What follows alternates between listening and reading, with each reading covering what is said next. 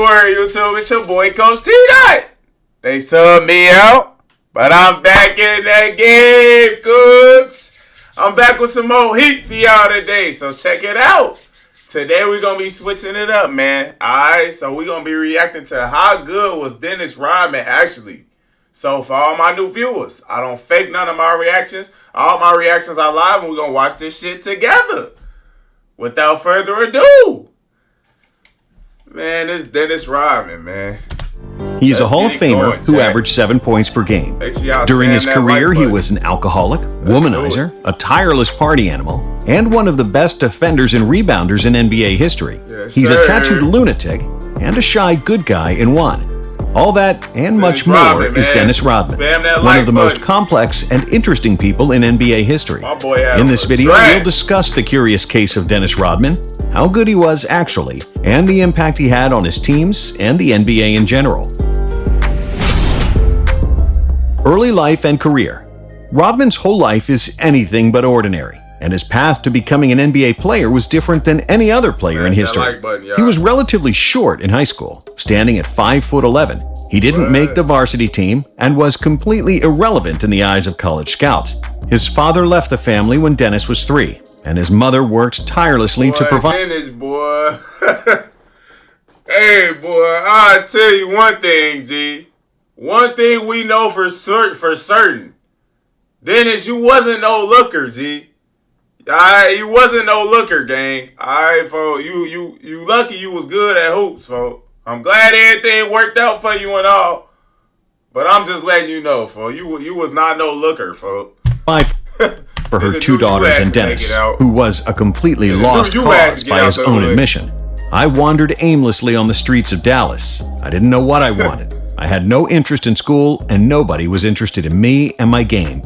Somewhat unbelievably, Rodman experienced a sudden growth spurt between the age of 19 and 20 and grew over 7 inches to his current height of 6'7". But other than playing basketball on the playgrounds, Rodman never played organized basketball in his life and was stuck drifting from one odd job to another. When he was working as a janitor in the Dallas International Airport, he got arrested for stealing 15 watches from the airport gift shop, after which his mother kicked him out of the house. He would probably... My nigga, you stole 15 watches out the gift shop? Oh, hell no, man. Man, I know life get hard, gang. But damn. Man, 15 of them bitches, G. Man, that's highway robbery, folks. What you thought you was just gonna keep getting good on niggas like niggas weren't gonna catch you, man? Hey, you stole 15, Dennis. He end up dead or in jail if it weren't for Lonnie Reisman, a coach at the small University of Southeastern Oklahoma State in the NAIA division, who offered Rodman a scholarship after seeing him play in a junior college tournament. The competition in the NAIA was weaker than on the average playground in New York, so Dennis dropped buckets like he was MJ, averaging 25 per game. However, it wasn't his scoring numbers that stood out, but his ferocious rebounding. Rodman led the division in rebounding with 16 in 1985 and 18 in 1986. Hey, this nigga Dennis, fool. Hey, Dennis, G. That's one thing I did respect about this nigga, fool. He was gonna grab you a motherfucking rebound. That's one thing Dennis was gonna do. He was gonna get you 20 rebounds at least, fool. You feel me? The nigga couldn't score to save his life, but we don't need that. Fucker, go grab me 20 rebounds, nigga. And you can shoot all the threes you want. Which caught the eye of the Detroit Pistons, who took a chance on him with the 27th pick in the 1986 NBA draft. Wow. Bad boys for life. Rodman fit like a glove with the Pistons' blue-collar, hard-nosed roster led by Isaiah Thomas, Joe Dumars, and Bill Laimbeer. He was extremely loyal to the Pistons' head coach, Chuck Daly, and was willing to die for him on the court. Chuck was the father I didn't have. I did everything he said without questions. He was the only one who gave me a chance, and it was my duty to justify it every second on the floor. And Rodman did precisely that. Physically, he was a freak of nature on the floor. And Rodman did... This is when I say something was wrong with this nigga, man. What in your right mind would make you just jump in the air like this, folks? Have your legs sticking all the way up in the air, folks. Just for you not to say the ball, folks. Like, look at this, Chad. This nigga did all this jumping and shit. Precisely nigga that. Didn't even say Physically, the ball, he was a man. freak of nature. What and the had so fuck? much energy that it seemed like he was powered by a nuclear power plant. There were many players who could stay out all night, drink, take a girl home, and then score 30 the next day because they were highly skilled. Wilt Chamberlain, Allen Iverson, Vince Carter, Barkley, and Jordan are examples of that, to name a few. But defense is something else. Defense takes willpower, a huge desire to stop the opponent, and energy to fight for position, and to jump higher than everybody for the rebound. And that's where Rodman was the best. He simply played harder than everybody else. He dove for loose balls, he rebounded harder than everybody, he never backed down on defense, not even an inch. And then he celebrated his good defense like a madman, and everybody hated playing against him. There was so much power and adrenaline in Rodman's body that he would often ride a stationary bike for another hour or lift weights after the games. With Rodman at the helm of their defense, the Pistons improved from 15th best defense in 1986 to 5th best defense in 1987 in Rodman's rookie year. In 1988, they had the second best defensive rating in the league and never dropped out of the top 5 during Rodman's time there. The Pistons had drafted Isaiah Thomas in 1981, and he was an all-star each season from 1982 until 1993. Dang. Bill Laimbeer was also a 3-time all-star in the mid-80s. Those two guys were the leaders of the team and its most famous players. But until Dennis Rodman came to the Pistons for the 86-87 season, Isaiah and Laimbeer had only won one playoff series. And then, in 1987, they reached the conference finals and narrowly lost to the Celtics in Game 7. Finally, in 1988, they got past the Celtics, but the Lakers were too strong this time in the finals, and the Pistons fell in another Game 7, losing the championship by 3 points. Wow. But it all came together in 1989. The Pistons swept the Celtics and the Bucks, and then they got rid of Jordan and the Bulls in 6 games. So the Pistons had to go through their bumps and bruises too, man. Don't think that it was just sweet like the bad boy Pistons just formulated and they just was whooping Mike ass and they was just this good. Like, no, bro. Everybody has to go through their story, their journey. You get what I'm saying? The Pistons was getting their ass beat too, as we just heard, by the Celtics. Fuckers ain't finally get over the hump till 89. Like, damn, G. In the finals, they swept the Lakers, avenging the loss from the year before and celebrating the first title in franchise history. Next season, Pistons dominated again and posted the best record in the East for the 3rd consecutive season. They cruised to the conference finals when they met Jordan again. With the infamous Jordan rules, the Pistons literally beat the living crap out of MJ for an entire series, and they managed to defeat the Bulls in 7 games. It was also the 3rd consecutive season that the bad boy Pistons knocked Jordan out of the playoffs. In the 1990 finals, Pistons edged Portland Trailblazers in 5 games, with Isaiah Thomas as the finals MVP. In 1991, Jordan finally avenged all those losses, and his Bulls had swept the Pistons in the conference finals, after which the bad boys had famously left the building without shaking their hands. In 1992, the aging Pistons made it to the playoffs, but were eliminated in 5 games by the New York Knicks in the first round, which was the end of the Bad Boys era. Chuck Daly left the team, which was especially hard on Rodman. He didn't have a father figure anymore, and it was like somebody cut the leash off a wild animal. Tattoos started piling up, and damn, so that's why Dennis started losing his mind? Dennis, you start losing your mind because another man wasn't in your life, G. See, now I understand, man, niggas didn't grow up with fathers, Chad. I understand why niggas want to start acting rebellious and all of this shit. I understand the psychology behind it, folks. But that don't mean that I gotta accept that shit, man. Dennis, you just crashed out for no reason. Just because you lost your coach? Man, Dennis, is a lot more to life, man. Come on, G. More than tattoos. You out doing all this crazy escapades and shit. Man, you should have let a nigga know, like, man, y'all fired my coach, bro. I'm finna crash out. You feel me? But and Dennis the Menace became a regular in bars and nightclubs of downtown Detroit. Rodman even attempted to take his life in 1993, bringing a shotgun to the arena with the intent of using it on himself. Thankfully, he gave up and fell asleep in his car, where he was found by the legendary NBA reporter Craig Sager. Sager talked him out of suicide. but Rodman realized he couldn't stay in Motor City and demanded a trade. San Antonio Spurs and the best rebounder in the league. Rodman came to the NBA at the age of 25. He was never interested in offense, and he averaged double figures in scoring only once in his career.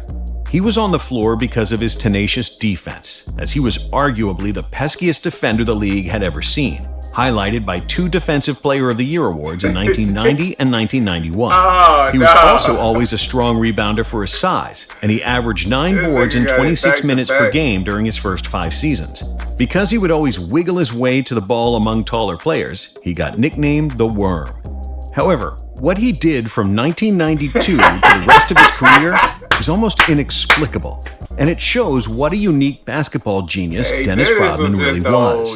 He studied and practiced rebounding extensively, and went to extreme lengths to check the angle and trajectory of the ball, learned how each player shoots, and adjusted his positioning accordingly. He learned how often the ball rotates with the best NBA scorers, which is how he knew where the ball would bounce if they missed.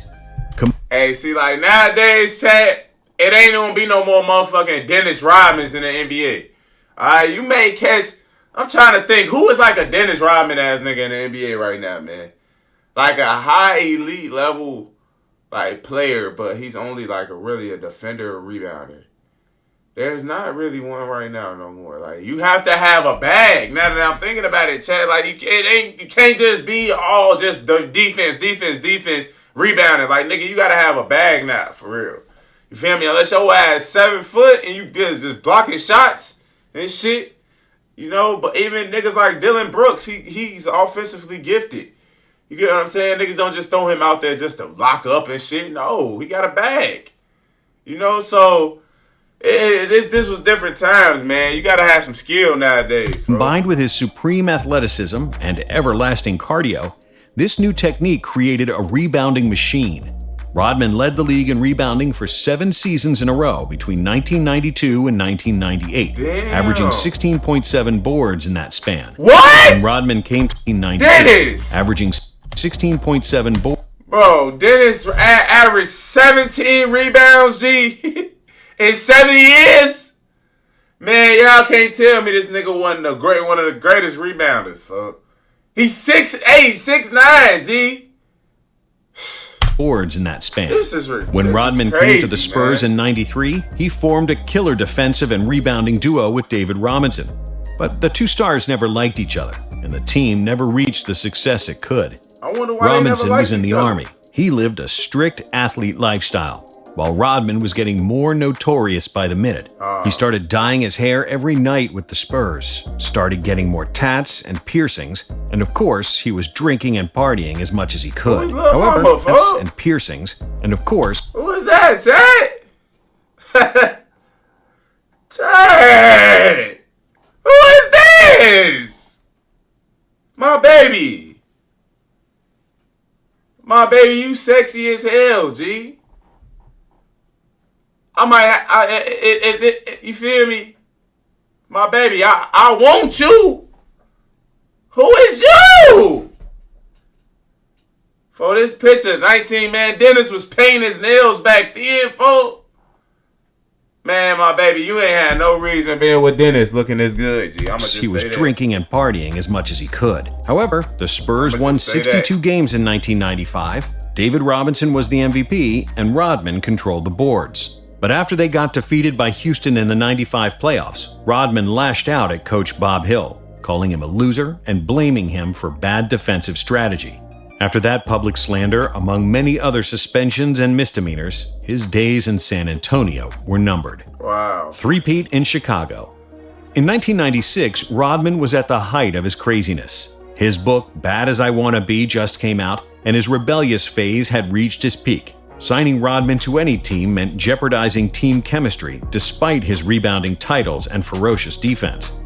However, Phil Jackson calculated that between Jordan's maniacal desire to win and his leadership skills, Rodman would not be able to disrupt team chemistry too much. And he was right. To this day, Phil claims that no one has picked up the principles of the triangle offense faster and better than Dennis Rodman. Jackson remarked that Rodman, despite all his uncontrollable behavior, wanted to be part of the team, but under his own conditions.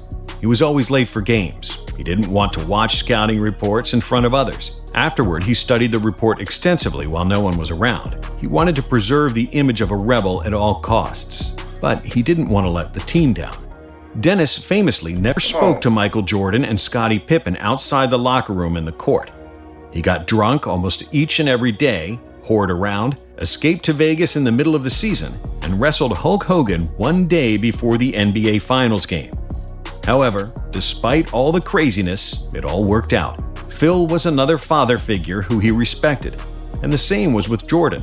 The Bulls won 3 consecutive championships from 1996 to 1998, and they couldn't do it without the Worm. In the 1996 finals against Seattle, Rodman had 11 offensive rebounds twice, which led to Seattle's coach Karl to say that Rodman won 2 games on his own. In the 97 and 98 finals, Rodman drove Karl Malone crazy with his defense, despite Malone weighing almost 50 pounds more than the Worm. Wow. So if Rodman didn't come, MJ might have won another championship in his second stint with the Bulls, but he wouldn't have another three-peat without Rodman's defense and rebounding. Damn. I can guarantee you that. Legacy, best rebounder ever. Hey, that's After the Bulls, Rodman played for 2 more years for the Lakers and the Mavericks, but he played a total of 35 games in those 2 seasons. When he retired in 2000, he walked away as the greatest rebounder in NBA history. What? While Wilt and Bill Russell hold the most rebounding records, they played almost 48 minutes per game, while Rodman averaged 31 minutes per contest. They also played at a frenetic pace, so they had more opportunities for rebounds. And also, they were the tallest guys on the floor, while Rodman was a 6'7" lanky small forward. He was 6'7". Per 100 possessions, Rodman averaged more than 24 rebounds, which is more than Russell and Chamberlain. The highest career rebound percentage by a player is 23.4 by Dennis Rodman. Wow. The highest rebound percentage for one season is 29.7, also by Rodman. Wow. And the Worm owns 7 of the top 10 rebound percentage seasons in NBA history. Wow. All of his 7 rebounding titles came after his 30th birthday, and he could successfully guard Shaq in the post. And he did it all despite all the partying, alcohol, and women, which is beyond belief. The Worm was super intelligent as a basketball player. He played his heart out, and his teams won 5 NBA titles. He was also a trendsetter who made defense look cool, and the first NBA player to get a lot of tattoos. My nigga, y'all just said he was a trendsetter and gonna show a picture of him in a dress, folks. Who in the hell is he trendsetting for in that case, folks? Who? Just tell me. Y'all gonna show a picture of a nigga in a dress and talking about he was a trendsetter, man. He wasn't setting no trends for no nigga, man, that I know. Come on, G. What y'all talking about? Rodman left a big mark on the league, and he's deservedly in the Hall of Fame, despite scoring just 7 points per game. Wow. Nigga, it's Dennis Rodman, man. Worm, big worm.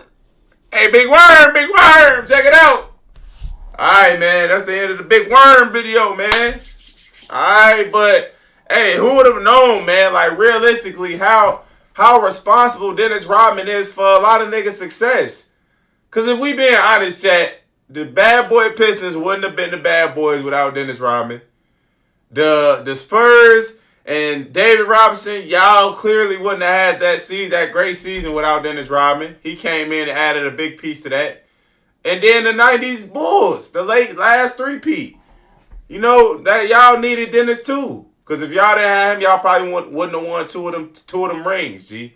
You feel me? So, man, we got to get Dennis way more credit than niggas been giving him. You feel me? But that trendsetter part, nigga, I don't know where y'all got that shit from. I know niggas setting no trends, rocking no dress for a full wedding dress. Come on, man. We got to be real with ourselves, fellas. All right? But, hey, that's the end of the video, man. I hope y'all enjoyed it. All right? Make sure y'all like, comment, and subscribe if you're new. It's your boy, Coach TDOT, man. And I'm up out of here. I love y'all.